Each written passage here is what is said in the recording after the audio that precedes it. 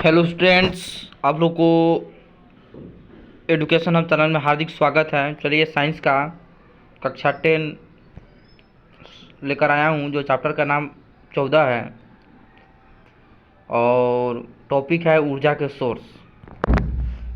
चलिए first of all जानेंगे हम लोग एनर्जी क्या है, ऊर्जा क्या है, इसके बारे में। किसी वस्तु द्वारा कार्य करने की क्षमता को ऊर्जा कहते हैं। ऊर्जा के विभिन्न रूप होते हैं। ऊर्जा को एक रूप से दूसरे रूप में बदला जा सकता है। नोट में देखेंगे ऊर्जा का मात्रक जूल होता है, जिसे जे से दर्शाते हैं। ऊर्जा का उत्तम स्रोत देखेंगे। ऊर्जा का उत्तम स्रोत वह सोर्स है जिसमें निम्नलिखित गुण होते हैं। एक नंबर में जिसके प्रति एकांक द्रव्यमान से अधिक ऊर्जा प्राप्त हो सके। 2 नंबर पॉइंट देखेंगे जो सरलता से उपलब्ध हो सके। 3 नंबर में जिसकी भंडारण आसान हो, परिवहन में आसान हो। 4 नंबर में सस्ता हो। उत्तम ईंधन क्या है? ईंधन के जलने पर प्रति एकांक द्रव्यमान से अधिक ऊष्मा प्राप्त हो सके, जलने पर उसे कम से कम धुआं उत्पन्न हो सके, आसानी से उपलब्ध हो। ऊर्जा के पारंपरिक स्रोत क्या है? जीवाश्म ईंधन होता है। तापीय विद्युत संयंत्र होना चाहिए। जल विद्युत संयंत्र होता है। जैव मात्रा, बायोमास, पवन ऊर्जा। तो फर्स्ट देखें जीवाश्म ईंधन क्या है। जीवाश्म से प्राप्त ईंधन, उदाहरण के तौर पर देखें कोयला, पेट्रोलियम जीवाश्म ईंधन कहते हैं। लाखों वर्षों में उत्पादन, सीमित भंडारण, अनवीकरणीय सोर्स है। भारतवर्ष में विश्व का 6% कोयला भंडार है, जो कि वर्तमान दर से खर्च करने पर अधिकतम 250 वर्षों तक बने रहेंगे। जीवाश्म ईंधन की हानियाँ। 1 नंबर पृथ्वी पर जीवाश्म ईंधन के सीमित भंडार उपलब्ध है तथा इनका संरक्षण आवश्यक है। 2 नंबर पॉइंट देखेंगे जीवाश्म ईंधन जलाए जाने पर प्रदूषण फैलाते हैं। 3 नंबर पॉइंट इनके द्वारा अम्लीय वर्षा होती है। जीवाश्म ईंधन से उत्पन्न प्रदूषण को कम करने के उपाय। फर्स्ट, अधिक पेड़ों का उगाकर, दहन प्रक्रिया की दक्षता बढ़ाकर, वाहनों में सीएनजी का प्रयोग अधिकता में कर कारखानों में ऊंची चिमनियाँ लगाकर। तापीय विद्युत संयंत्र अब देखेंगे। फर्स्ट पॉइंट, जीवाश्म ईंधन को जलाकर तापीय घरों में ताप विद्युत उत्पन्न की जा सकती है। दूसरी का पॉइंट, कोयला तथा पेट्रोलियम की अपेक्षा विद्युत संचारण अधिक दक्ष होता है। जल विद्युत संयंत्र देखेंगे। जल विद्युत संयंत्र गिरते हुए जल की स्थितिज ऊर्जा को विद्युत ऊर्जा में रूपांतरित करते हैं। जल विद्युत संयंत्र विद्युत बांधों से संबंध होता है, क्योंकि जल प्राप्तों की संख्या बहुत कम है। तीसरी का पॉइंट, भारत में ऊर्जा का मांग का 25% की पूर्ति जल विद्युत संयंत्रों से की जाती है। लाभ देखेंगे। पर्यावरण को कोई हानि नहीं है। जल विद्युत ऊर्जा एक नवीकरणीय ऊर्जा स्रोत है। बांधों के निर्माण से बाढ़ रोकना तथा सिंचाई करना सुलभ होता है। ऊर्जा के पारंपरिक सोर्सों के उपयोग के लिए टेक्नोलॉजी में सुधार। जैव मात्रा, कृषि व जंतु अपशिष्ट ईंधन जिन्हें ईंधन के रूप में उपयोग किया जाता है, जैसे लकड़ी, गोबर, सूखे तने, पत्ते आदि। लकड़ी क्या है? लकड़ी जैव मात्रा का एक रूप है जिसमें लंबे समय से ईंधन के रूप में प्रयोग किया जाता है। हानियाँ, जलने पर बहुत अधिक धुआं उत्पन्न करती है। दूसरी का पॉइंट, अधिक ऊष्मा का नाव देना। चारकोल क्या है? लकड़ी को वायु की सीमित आपूर्ति में जलाने से उसमें उपस्थित जल तथा वाष्पशील पदार्थ बाहर निकल जाते हैं और अवशेष के रूप में चारकोल प्राप्त होता है। चारकोल लकड़ी से बेहतर ईंधन है, क्योंकि बिना ज्वाला के जलता है, अपेक्षाकृत कम धुआं निकलती है। बायोगैस क्या है? गोबर, मसालों के कटने के पश्चात बचे अवशिष्ट, सब्जियों के अवशिष्ट तथा वाहन मूल जब ऑक्सीजन की अनुपस्थिति में अपघटित होते हैं तो बायोगैस का निर्माण होता है। अपघटन के फलस्वरूप मीथेन, CO2, H2 तथा H2S जैसे गैस उत्पन्न देती है। जैसे गैस जैव गैस को संपाचित्र के ऊपर बनी टंकी में संचालित किया जा सकता है, जिसे पाइप द्वारा उपयोग के लिए निकाला जा सकता है। बायोगैस के लाभ। जैव गैस एक उत्तम ईंधन है, क्योंकि इसमें 75% तक मीथेन गैस होती है। धुआं उत्पन्न किए बिना जलती है। ताप क्षमता का उच्च होना। बायोगैस का प्रयोग प्रकाश के स्रोतों के रूप में किया जाता है। पवन ऊर्जा क्या है? सूर्य विकिरणों द्वारा भूखंडों तथा जलाशयों को आसमान गर्म करने के कारण वायु में गति उत्पन्न होती है तथा पवनों का प्रवाह होता है। पवन की गति ऊर्जा का उपयोग पवन चक्कियों द्वारा निम्न कार्यों में किया जा सकता है। 1 में जल को कुएं से खींचने में। 2 नंबर अनाज चक्कियों को चलाने में।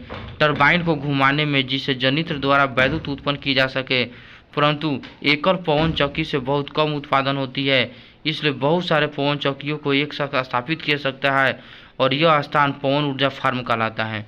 पवन चक्की चलाने हेतु पवन गति 15 से 20 किलोमीटर प्रति घंटा होनी आवश्यक है। पवन ऊर्जा के लाभ: पवन हितैषी नवीकरणीय ऊर्जा का उत्तम स्रोत होता है। तीसरी का पॉइंट, विद्युत ऊर्जा उत्पन्न करने में बार बार खर्चा या लागत ना होना।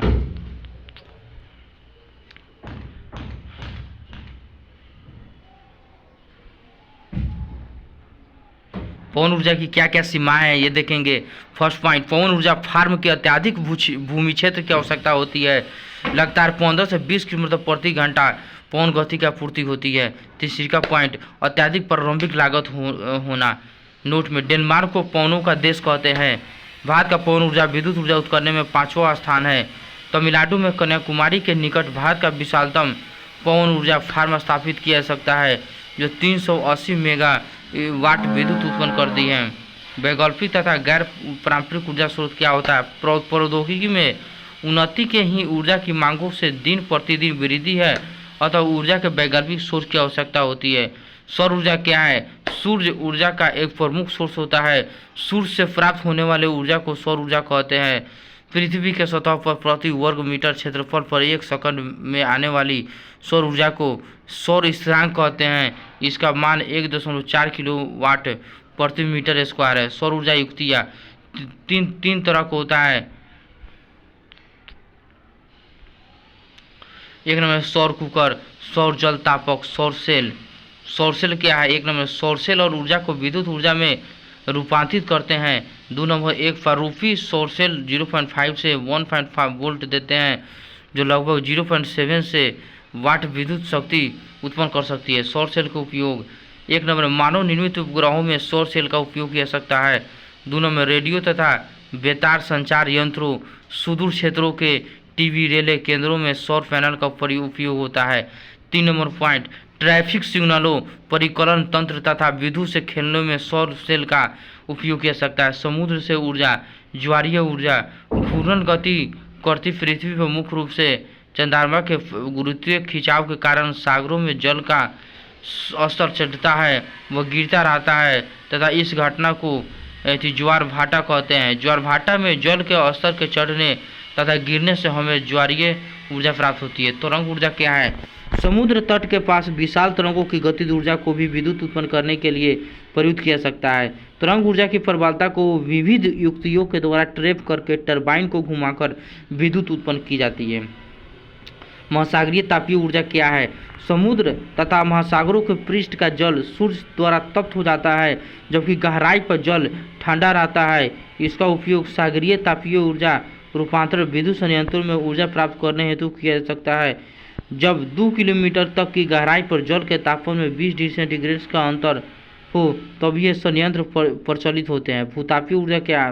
पृथ्वी के आंतरिक भाग में स्थित पिघली हुई चट्टानों भूगर्भीय हलचल के कारण केंद्रीय भाग में सतह की ओर विस्थापित हो जाती है तथा गर्म क्षेत्र को निर्माण करती है। जब कभी भूगर्भीय जल इस प्रकार के गर्म क्षेत्रों के संपर्क में आता है तो वाष्प में बदल जाता है तथा इस जलवाष्प को पाइपों की सहायता से बाहर लाकर टरबाइन चलाकर विद्युत ऊर्जा उत्पन्न की जा सकती है।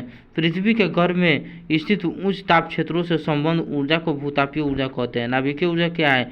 नाभिकीय अभिक्रिया के दौरान मुक्त होने वाले ऊर्जा को नाभिकीय ऊर्जा कहते हैं। यह ऊर्जा 2 प्रकार के अभिक्रिया द्वारा प्राप्त होती है, नाभिकीय विखंडन और नाभिकीय संलयन।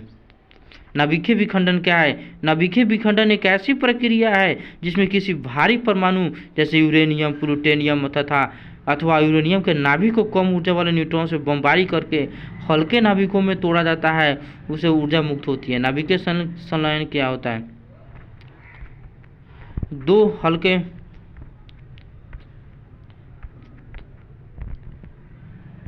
दो हल्के नाभिकों समानता हाइड्रोजन को जोड़कर एक भारी नाभिक हीलियम बनाना जिसमें भारी मात्रा में ऊर्जा उत्पन्न हो, उसी को नाभिकीय संलयन कहते हैं। नाभिकीय ऊर्जा प्रदान करने वाले तत्व यूरेनियम, प्लूटोनियम, थोरियम पर्यावरण विषयक होकर ऊर्जा सोर्सों का चयन परिस्थितियों के अनुसार निम्नलिखित कारकों पर निर्भर करता है। उस ऊर्जा सोर्सों से ऊर्जा प्राप्त करने में सरलता होनी चाहिए। उस ऊर्जा सोर्सों से ऊर्जा प्राप्त करने में मितव्ययता कम खर्च होनी चाहिए। दोस्तों ये टॉपिक क्लास 10 साइंस का था, जो टॉपिक का नाम ऊर्जा का सोर्स था।